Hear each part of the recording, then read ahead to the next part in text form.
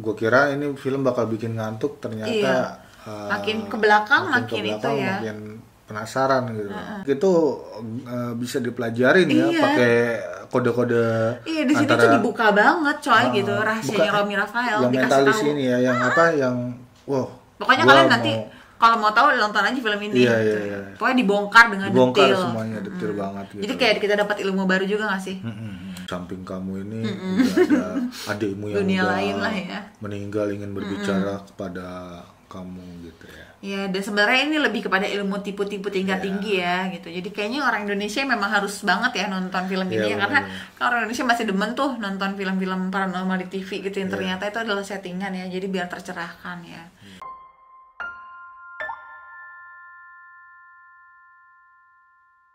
Halo, selamat datang kembali di Erin Channel. Hari ini kami akan membahas film Nightmare Alley. Oke. Film ini disutradarai oleh Guillermo del Toro. Film ini neo-noir bergenre thriller psikologis. Jadi untuk yang suka banget ya sama film-film yang thriller psikologis, ini wajib banget kamu tonton karena ini filmnya benar-benar bagus banget ya. For your information, si Guillermo del Toro ini adalah saudara yang pernah meraih penghargaan Best Film gitulah di Oscar tahun 2018. Di filmnya yang berjudul Shape of Water. Nah, dia juga tuh sebenarnya dari dulu tuh sebelum film ini dia tuh selalu spesialis genre horor, fantasi dan juga fiksi ilmiah. Jadi ada beberapa filmnya yang layak juga untuk kalian tonton. Di antaranya adalah Pan's Labyrinth tahun 2016, Hellboy 1 dan 2 tahun 2004 dan 2008, kemudian ada Pacific Rim, film tentang robot-robot gitu juga tahun 2013, dan juga tadi yang Shape of Water tahun 2017. Jadi film-film dia tuh sebenarnya emang selalu niat dan bagus-bagus. Jadi mending kalian juga jangan lewatin deh yang tadi itu. By the way kan ini dia berdasarkan novel ya, yang tahun 1946. Jadi judulnya sama, Nightmare Alley juga, yang ditulis oleh William Lindsay Gresham. Jadi sebenarnya setahun setelah novelnya dikeluarin tuh sempat ada filmnya. Jadi tahun 1947 tuh Guillermo del Toro ini membuat lagi filmnya, ya? Tapi dengan ending yang berbeda. Nah, dia tuh di sini sebagai penulis skenario juga bersama dengan Kim Morgan. Seperti yang kita udah lihat di trailernya ya. Pemain-pemainnya itu udah bagus-bagus banget ya. Siapa aja? Ada Bradley Cooper, ada Cate Blanchett, ada Toni Collette, ada Willem Dafoe. Willem Dafoe ya? Dafoe ya? Iya kayaknya. Ada Richard Jenkins, ada Rooney Mara, ada Ron Perlman, ada Mary Steenburgen, gitu. Ada David Strathairn. Oke. Jadi filmnya ini juga bercerita tentang keadaan di New York di tahun 1940-an.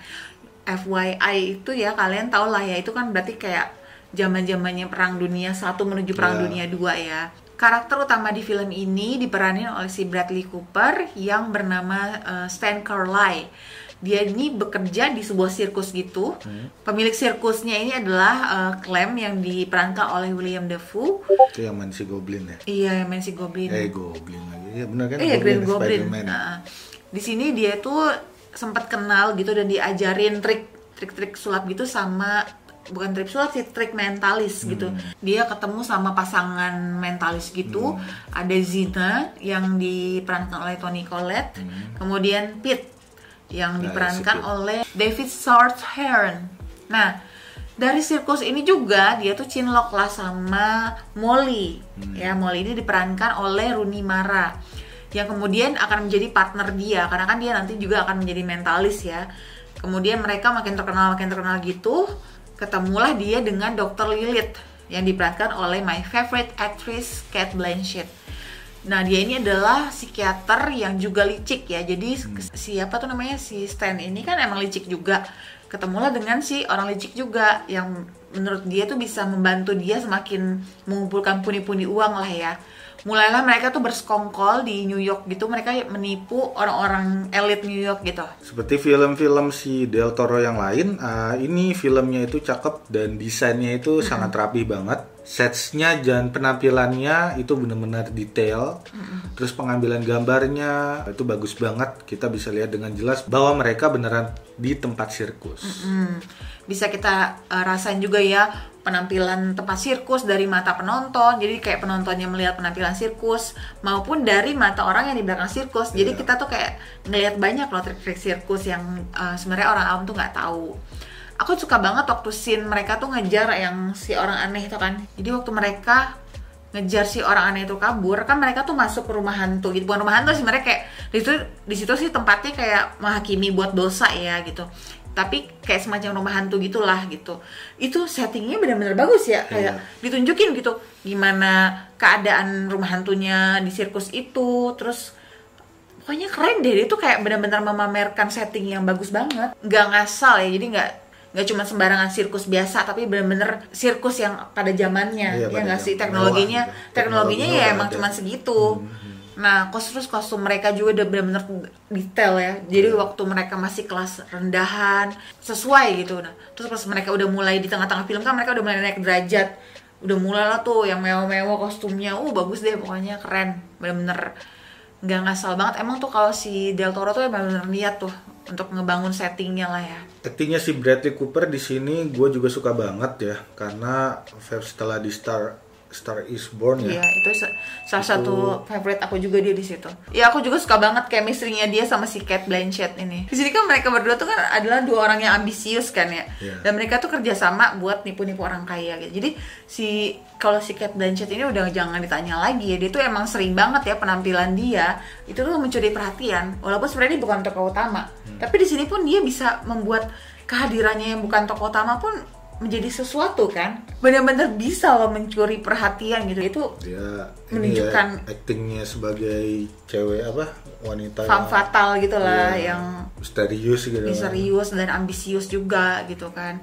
Dan dia walaupun jahat, tapi kita di sini dia tuh bisa loh membuat kita ngerti kenapa dia seperti itu, ya kan. Ternyata dia emang ada latar belakangnya juga. Dia di sini kan sebagai dokter Lilith ya, dia tuh psikiater gitu. Dia tuh kayak wanita yang pernah dilukain lah ya, dan dia tuh berusaha untuk hidup mandiri dan kuat dan gak mau bergantung sama siapapun. Si William Dafoe juga di sini dapat banget jadi bapak tua yang bejat, yang cuma mikirin uang. Terus dia ngelakuin cara kotor apapun demi bisa ngasih pertunjukan di sirkusnya. Iya, sampai dengan caranya yang gak manusiawi banget gitu loh. Dan dia tuh gak ada malunya ngajarin ilmu itu sama si Bradley Cooper gini kan. Nah, bagian itu juga kayak bikin gedek kita sih. Ditambah sesekali juga diselipin ya, kayak adegan yang bikin kita mikir kalau si Bradley Cooper ini kayak punya isu dengan bapaknya kan. Jadi kayak misalnya pas dia ngelihat si orang aneh itu yang sebenarnya dia bukan orang aneh ya, emang orang biasa aja. Ternyata cuma pemabuk yang dimanfaatin buat jadi penampilan sirkus gitu. Dia tuh kayak tiba-tiba dia kayak flashback gitu. Ternyata memang nanti di akhirnya kan kita tahu ya kenapa dia seperti itu. Filmnya sendiri ini memang lama, sampai kita udah sekitar 2 jam lebih ngikutin kisah awalnya si Bradley Cooper ini. Dia kerja di sirkus, terus gimana dia belajar teknik mentalis. Jadi Romy Raphael dia. Iya, jadi Romy Raphael. Tapi ternyata teknik itu bisa dipelajarin ya, pakai kode-kode. Iya, di sini tuh dibuka banget coy gitu rahasianya Romy Raphael. Yang mentalis tahu. Ini ya, yang pokoknya kalian nanti kalau mau tahu nonton aja film ini. Iya. Pokoknya dibongkar dengan detail. Semuanya detail banget gitu. Jadi kayak kita dapat ilmu baru juga nggak sih? Nah, setelah dia udah menguasai ilmu mentalis ini, nggak berhenti deh, dia mau nyari ilmu-ilmu yang menjadi ini ya, paranormal, cenayang gitu, yang bisa di samping kamu ini ada ilmu yang dunia lain lah ya, meninggal ingin berbicara kepada kamu gitu ya. Ya, dan sebenarnya ini lebih kepada ilmu tipu-tipu tingkat tinggi ya gitu. Jadi kayaknya orang Indonesia memang harus banget ya nonton film ini ya, karena orang Indonesia masih demen tuh nonton film-film paranormal di TV gitu yang ternyata itu adalah settingan ya. Jadi biar tercerahkan ya.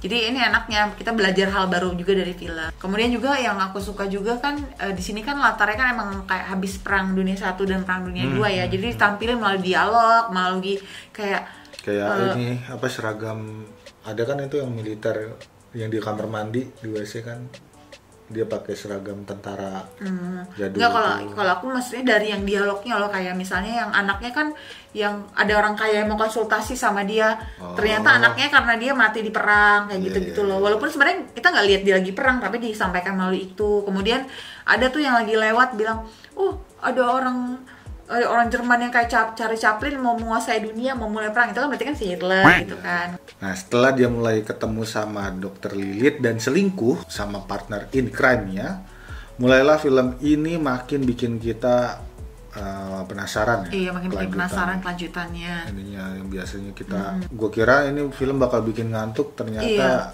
makin ke belakang makin itu ya. Makin penasaran gitu. Karena memang pas kenapa ya, pas gue ngeliat dia selingkuh sama si dokter Lilith dengan gampangnya gitu ya, padahal kan sebelumnya dia kayak berusaha gitu yang dapetin Molly. Nah emang sih karena kita juga nggak ngelihat ya chemistry antara si Stan ini ya sama Molly gitu, jadi kayak emang agak kurang aja gitu kan. Padahal kan di tengah-tengah tuh bukan di tengah ya, kayak abis dia mulai belajar teknik itu kan dia kayak mulai deketin si Molly ya. Jadi kayak kalau menurut aku sih emang kalau dari karakternya dia tuh emang bukan cinta sih, ya kan? Dia kayak cuman memanfaatin doang, dia emang butuh partner doang gitu kan. Jadi di sini makanya pas dia adegan dia akhirnya membelok ke si Dr. Lilith, kalau menurut gue juga dia bukan cinta ya, tapi lebih kepada memanfaatin juga ya, karena emang dia orang licik kan gitu kan. Nah kalau si dari Molly-nya sendiri tuh kayak kurang sih menurut aku pembangunan karakternya. Kita nggak terlalu kenal si Molly, kita kayak biasa aja, kita nggak tahu seberapa dia si Molly tuh ngelihat si Stan itu kayak apa gitu. Jadi kita yang kurang digali sih kayaknya si karakter Molly ini gitu ya. Lebih digali malah si Dr. Lilith-nya. Nah terus kan si Stan ini kan alasannya dia mau pura-pura jadi paranormal ya, dia kan sebenarnya nipu dong ya gitu. Kan dia bilang ke Molly katanya dia mau ngebantu mereka biar mereka bisa minta maaf gitu, bisa lega, bisa hidupnya bisa kembali lagi gitu ya, karena dia mungkin orang-orangnya sempat merasa bersalah sama orang yang udah meninggal ini. Tapi kan sebenarnya tujuannya cuma uang kan. Nah itu makin lagi kita kayak makin penasaran lagi, aduh nih orang jatuhnya di mana ya, nih orang ujungnya kayak gimana ya, karena makin ke belakang tuh makin dark ya nggak sih, makin gila-gila, makin kelam banget film ini tuh, makin kelam gitu, bukannya menuju ke arah yang happy ending gitu kan. Dan endingnya sih menurut aku tuh emang bagus banget gitu. Kayak ada pelajaran yang apa yang lo tanam itu yang lo tuai, ya gak sih gitu kan. Kayak lo tuh mau nipu orang, mau sampai kapan lo pasti akan ada jatuhnya juga gitu. Gitu kan. Jadi awal-awal kan waktu dia masih di sirkus, dia itu ngelihat si orang aneh kan, si Geek itu disuruh makan ayam hidup-hidup, ayam mentah buat pertunjukan gitu kan. Terus dia juga tidurnya masih dijerami-jerami. Nah pas dia juga udah di ujungnya kan, dia kan juga demi menghindari polisi, dia itu sampai masuk ke kandang ayam.